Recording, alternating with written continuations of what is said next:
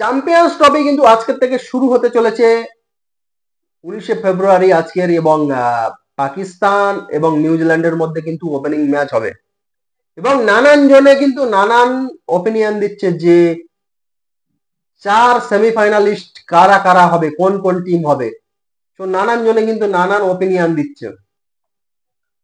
আজকের কিন্তু আমি আমার যতটুকু ক্রিকেট জ্ঞান আছে সেইটা নিয়ে কিন্তু আমি বলবো যে 4 সেমিফাইনালিস্ট কোন কোন টিম হবে। প্রথমে যদি দেখি গ্রুপ এতে আছে পাকিস্তান, ইন্ডিয়া, বাংলাদেশ এবং নিউজিল্যান্ড। তো এই 4টে টিমের মধ্যে যদি কম্পেয়ার করা যায় তার মধ্যে দেখা যাবে ইন্ডিয়া কিন্তু অনেকটা স্ট্রং টিম। তাদের ব্যাটিং বোলিং ডিপার্টমেন্ট সবকিছু ভালো। যদি জসপ্রীত বুমরা এই টিমে থাকতো তাহলে কিন্তু চোখ বন্ধ করে বলা যেত যে ভারত ফাইনালে যাবে। কিন্তু যেখানে জসপ্রীত বুমরা নেই সেখানে কিন্তু ভারতীয় পেস অ্যাটাকটা নিয়ে কিন্তু একটা সন্দেহ থাকবে, একটা প্রশ্ন থাকবে। এবং তার উপরে কিন্তু মোহাম্মদ শামি, সেই পুরানো শামিকে আমরা এখনো পর্যন্ত ফেরত পাইনি। সেই শামির সেই রিদম এখনো পর্যন্ত দেখা যায়নি। যদি শামির রিদম ফিরে আসে তাহলে কিন্তু কোনো কথাই হবে না, কিন্তু শামির সেই রিদম এখনো ফিরে আসেনি এবং সেই পুরানো শামিকে আমরা এখনো পর্যন্ত কিন্তু দেখতে পাইনি। তো ভারতীয় স্পেস অ্যাটাক নিয়ে কিন্তু একটা ডাউট থাকবে, একটা প্রশ্ন থাকবে। এই ডিপার্টমেন্টে যদি ভারতীয় টিম ভালো করতে পারে, যে মোহাম্মদ শামি, আর্শদীপ সিং এবং হর্ষিত রানা, তো এই তিনজনের মধ্যে কিন্তু দুজন খেলবে। 1 নম্বরে কিন্তু মোহাম্মদ শামি খেলছে এবং অন্যদিকে আর্শদীপ সিং এবং হর্ষিত রানার মধ্যে একজন খেলবে। হয়তো সম্ভবত আর্শদীপ সিংকেই খেলানো হবে, কারণ তিনি লেফট হ্যান্ডার ফাস্ট বোলার। এবং সঙ্গে সঙ্গে কিন্তু হার্দিক পান্ডিয়াও আছে পেস অ্যাটাকে। তো এই তিনজনে যদি ভালো করতে পারে, প্রথম 10 ওভারে যদি একটা বা দুটো উইকেট যদি নিতে পারে এবং ডেট ওভারে যদি ভালো বোলিং করতে পারে, তাহলে কিন্তু ভারতীয় টিমকে কিন্তু রোখা অনেকটা মুশকিল হয়ে যাবে। এবং ভারতীয় টিমের আরো অন্যান্য ডিপার্টমেন্টে যদি দেখা যায় যে ওপেনিং এবং মিডিল অর্ডার এবং লো অর্ডার স্পিন ডিপার্টমেন্ট সবকিছুতে কিন্তু দুর্দান্ত। শুধু একমাত্র স্পেস অ্যাটাকে সেই রকম ভাবে কিন্তু ভালো নেই, যে জাসপ্রীত বুমরা না থাকায় এবং মোহাম্মদ শামির সেই পুরানো ফর্মে ফিরে না আসার জন্য। তো এইটা নিয়ে থাকবে। তা সত্ত্বেও কিন্তু আমি বলবো যে ভারত অবশ্যই সেমিফাইনালে যাবে। এবং দ্বিতীয় যে পাকিস্তানের টিম কিন্তু সেই ওপেনিং এর দিকে তারা যে ট্রাই সিরিজ হয়ে গেল, সেই ওপেনিং এর দিকে কিন্তু সেই ওপেনাররা তারা কিন্তু ভালো পারফরমেন্স করতে পারছে না। যা করছে সেই মিডিল অর্ডার লো অর্ডারে এসে তারাই পারফরমেন্স করছে এবং তারাই ম্যাচ জেতাচ্ছে। এবং পাকিস্তানের সেই নাসিম শাহ এবং শাহিন আফ্রিদি, তারা প্রথম দিকে মানে 2 বছর আগে তারা যেরকম ধরনের ফর্মে ছিল সেই রকম ফর্মে কিন্তু এখন তারা নেই। যে এর 2 বছর বা 3 বছর আগে যদি আমরা দেখি যে শাহিন আফ্রিদি এবং নাসিম শাহ কি দুর্দান্ত বোলিং করতো, মানে অসাধারণ বোলিং করতো, সেই রকম ফর্মে কিন্তু আর তারা নেই। তো যার ফলে অপোনিয়েন্ট টিমের কিন্তু কোনো অসুবিধা হবে না তাদের খেলতে। তো সেই হিসেবে কিন্তু পাকিস্তানের তারপর ওপেনিং ডিপার্টমেন্ট এবং স্পিনে সেই রকম ধরনের কোনো কোয়ালিটি এবং সব নাম করা কিন্তু কোনো স্পিনার নেই। তো যার ফলে কিন্তু পাকিস্তানের সেমিফাইনালে যাওয়ার সম্ভাবনা একেবারে নেই বললেই চলে।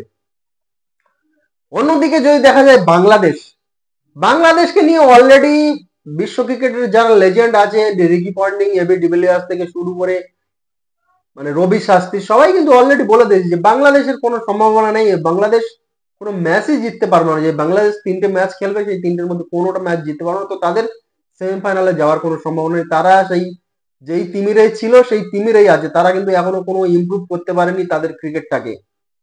যেভাবে আফগানিস্তান তারা দিনের পর দিন ইমপ্রুভ করছে এবং গ্রোথ করছে বিশ্ব ক্রিকেটে, স্পেশালি ওডিআই এবং টি20-তে, বাংলাদেশ কিন্তু সেটা পাচ্ছে না। তো বাংলাদেশের সেমিফাইনালে যাওয়ার কোনো সম্ভাবনা থাকছে কি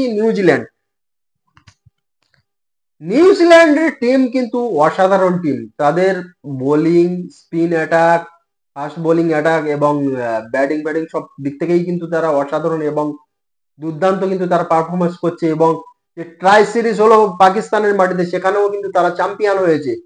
তো নিউজিল্যান্ড কিন্তু অসাধারণ। তো গ্রুপ এ থেকে আমার মতে যে ভারত এবং নিউজিল্যান্ড দুটোই টিম কিন্তু সেমিফাইনালে যাবে। এবারে যদি গ্রুপ বি তে দেখি, গ্রুপ বি তে কারা কারা আছে, অস্ট্রেলিয়া আছে, সাউথ আফ্রিকা আছে, ইংল্যান্ড আছে এবং আফগানিস্তান আছে।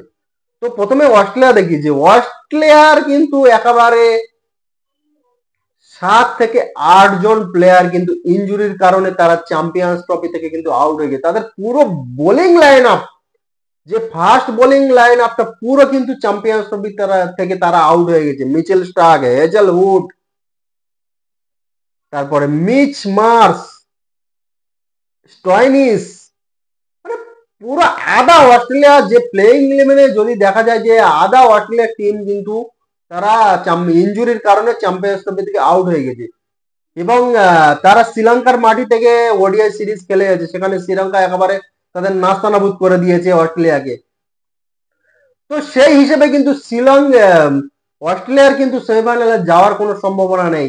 তাদের বোলিং লাইন আপ কিন্তু একেবারে কমজোরি থাকবে, সেই এক্সপিরিয়েন্স বোলিং লাইন নেই, সেই তারা সবাই কিন্তু ইনজুরিতে আছে। এবং প্যাট কামিন্স যিনি ক্যাপ্টেন, তিনিও কিন্তু ইনজুরি। তো স্টিভ স্মিথ ক্যাপ্টেনই করবেন, যার ফলে কিন্তু অস্ট্রেলিয়ার যে bowling line, first bowling line আপে কিন্তু কেউ নেই। প্যাট কামিন্সও নেই, মিচেল স্টার্কও নেই, জস হ্যাজেলউড নেই, সব কিন্তু ইনজুরি, তারা চ্যাম্পিয়ন্স ট্রফি থেকে আউট হয়ে গিয়েছেন। এবং ব্যাটিং লাইন আপে যদি দেখা যায় যে মার্কো স্টয়নিস আউট হয়ে গেছে, তার ইনজুরি, মিচেল মার্স আউট। তো আদা টিম কিন্তু অস্ট্রেলিয়ার তারা ইনজুরির কারণে তারা চ্যাম্পিয়ন্স ট্রফি থেকে বার হয়ে গেছে। তো অস্ট্রেলিয়ার কোনো সম্ভাবনা নেই যে সেমিফাইনালে যাওয়ার। এইবারে দ্বিতীয় টিম ইংল্যান্ড।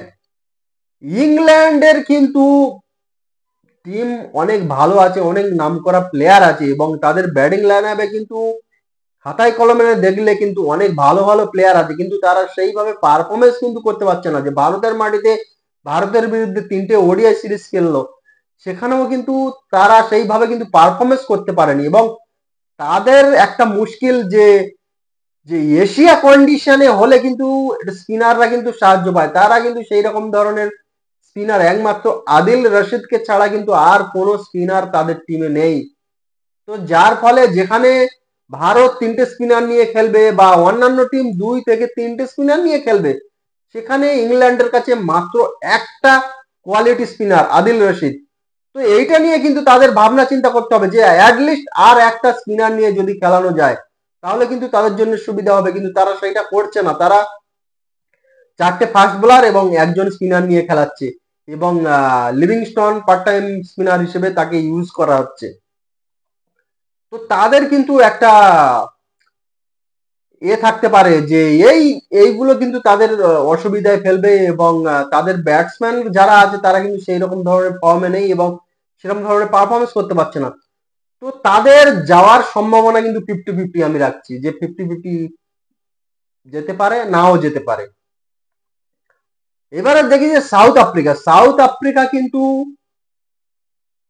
মোটামুটি ভালো টিম, তাদের কাছে কিন্তু বোলিং লাইন আপ এবং ফাস্ট বোলিং, স্পিনার এবং ব্যাটিং লাইন আপ সবকিছু কিন্তু দুর্দান্ত আছে।